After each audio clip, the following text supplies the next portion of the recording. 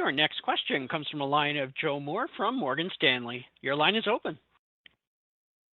Great, thank you. I wanted to follow up on the 40% of revenues coming from inference. That's a bigger number than I expected. Can you give us some sense of, where that number was, maybe the year before, how much you're seeing growth around LLMs from inference, and how are you measuring that? Is that, I assume it's in some cases the same GPUs you use for training and inference. How solid is that measurement? Thank you.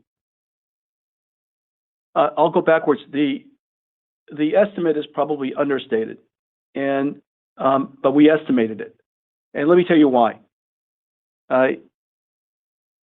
Whenever a year ago, the recommender systems that people are, when you run the internet, the news, the videos, the music, the products that are being recommended to you, because as you know, the internet has trillions, I don't know how many trillions, but trillions of things out there, and your phone is, 3 inches squared, and so the ability for them to fit all of that information down to something such a small real estate is through a system, an amazing system called recommender systems. These recommender systems used to be all based on CPU approaches, but the recent migration to deep learning and now generative AI has really put these recommender systems now directly into the path of GPU acceleration. It needs GPU acceleration for the embeddings.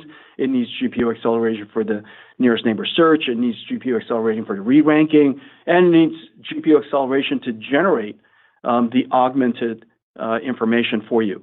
So GPUs are in every single step of a recommender system now. And as you know, recommender system is the single largest software engine on the planet.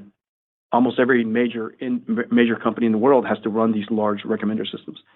Whenever you use ChatGPT as being inference, whenever you hear about Midjourney and just the number of things that they're generating for consumers, when you see Getty, the work that we do with Getty and Firefly from Adobe, these are all generative models.